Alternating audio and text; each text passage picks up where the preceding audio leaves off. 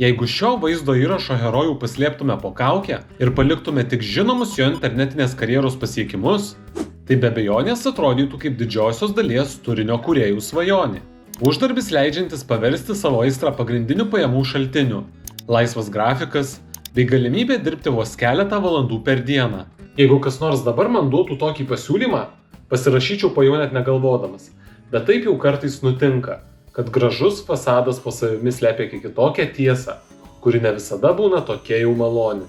Savo, kaip kūrėjo kelią Konstantinas pradėjo iš pažiūros visiškai atsitiktinai, vieno Skype pokalbio metu. Būtent ten šovusi idėja ir tapo pirmuoju žingsniu į tuo metu tarp jaunimo sparčiai išpopuliarėjusios platformos YouTube pasaulį.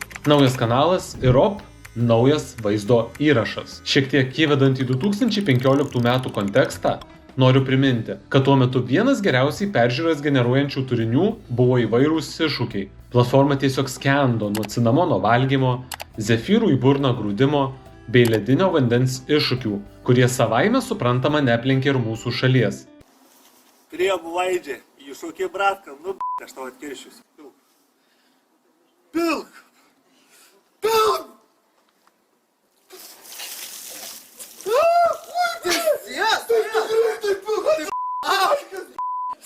Ай, tu nebesisėsiu, durnė, nebesėsiu, šiunk, kaip per razumę. Vis dėlto vienas dalykas, apie kurį tuo metu mažai kas pagalvojo, tai paimti šį populiarų iššūkių formatą ir jį pagardinti pridedant šiek tiek netikėtumo faktoriaus. Būtent visus šios sėkmės recepto punktus puikiai atitiko pats pirmasis baltalietuvio kanale įkeltas vaizdo įrašas, labai aiškiu pavadinimu – Iššūkis suvalgyti neluptą mandariną. Tuo metu dar neturėjome TikTok platformos, kuri šiuo metu yra šiukšlių kibiro atitikmuo internetinėje erdvėje. Todėl suaugusio žmogaus, valgančio mandariną su visa jo žieve vaizdas, privertė kilstelėti ne vieną antakį ir pritraukti ne vieno žiūrovo žvilgsnį. Ši augančio susidomėjimo banga paskatino Konstantiną pratęsti savo valgymo iššūkių seriją.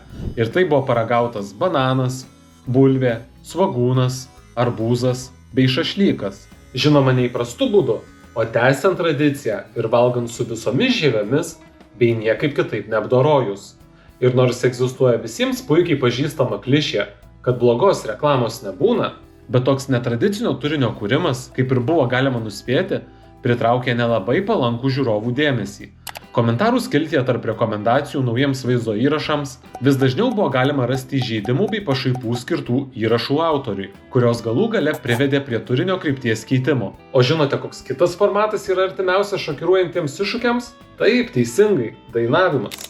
Visiškai naujas turinys, nauja rinka ir naujos augimo galimybės. O aš pabadysiu, paėsiu, parūkysiu, išgersiu, nestabdysiu, į febriką statysiu. Vis dėlto tenka pripažinti, kad praeities klaidos niekur nedingsta. Todėl buvęs ankstesnių vaizdo įrašų šleifas iš karto pavijo naujų kūrybos keliu nusprendusi eiti Konstantiną.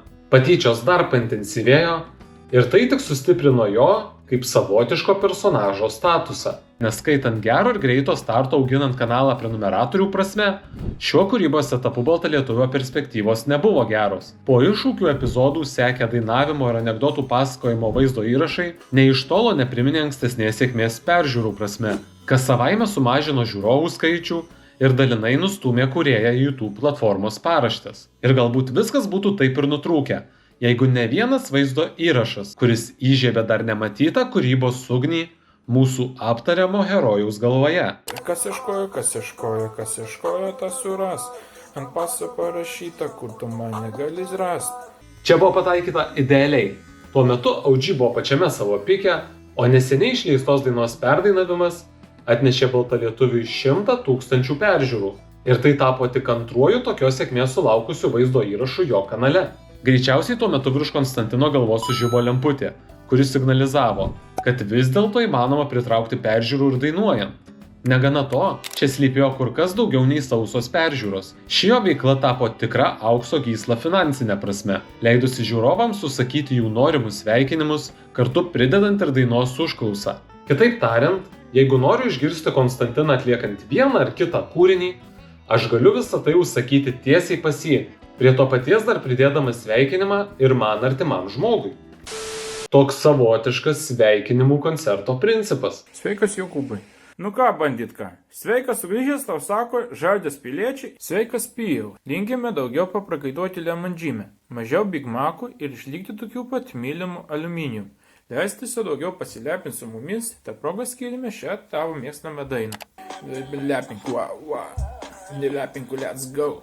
Lepink, pasilepink, Galima tik įsivaizduoti, kiek prašymų su vienokia ir kitokia daina pasipylė, nes būtent nuo šio taško dainavimo vaizdo įrašai Baltalietuvio kanale tapo gerokai dažnesni.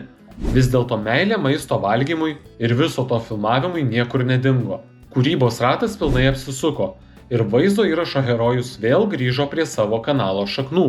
Tiesa, šį kartą ne iššūkių formatu, o ragavimo ir skonio vertinimo epizodais.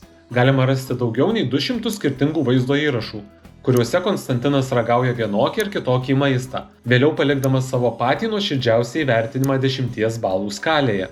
Per kelias minutės visą išgėdau, ant tiek skanu, kad negaliu.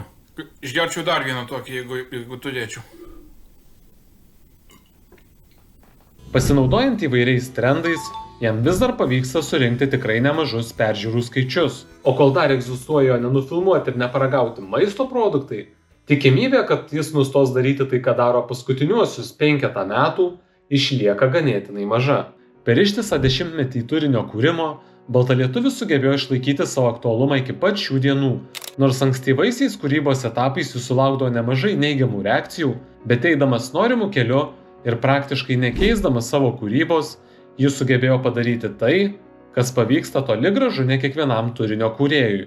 Pavertė šį savo hobį pagrindiniu pajamų šaltiniu, kuris pasak paties Konstantino jam generuoja netoli 1000 eurų per mėnesį. Ir nors dalis žmonių jį dar žiūri kaip į savotišką personažą, bet Baltalietuvis įrodė, kad sunkus darbas duoda rezultatą.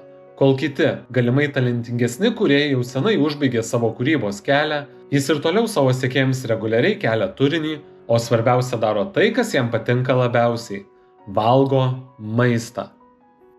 Manau, tai yra kuo puikiausias pavyzdys, kad viską įmanoma pasiekti, jeigu tik labai norėsime ir sunkiai dėl to dirbsime. 2016 metais, manau, nei vienas iš mūsų nebūtume nuspėję, kad Konstantinui pavyks uždirbti iš jo kuriamo turinio. Vis dėlto jis galvojo kitaip ir žmonių požiūrį į save sugebėjo monetizuoti. Būtų be galo įdomu išgirsti jūsų nuomonę apie Baltalietuvį ir jo kūrybą komentaruose. Na, o nuo savęs norėčiau pridėti, kad jeigu patinka šitas vaizdo įrašas, nepamirštumėte paspausti like mygtuko. Jeigu patinka toks ar panašus turinys ir norit pamatyti jo dar daugiau, užprenumeruokit mano kanalą. Ir šiandien iš manęs tiek. Iki. Pamenu lietą ant lango ilgos pauzės, primena jie tau tai, ko jau nenuplausis, primena jie tau, nes jiem kažkas priminė, šitam rate nemyli tie, kurie nemylime, aš nejutau.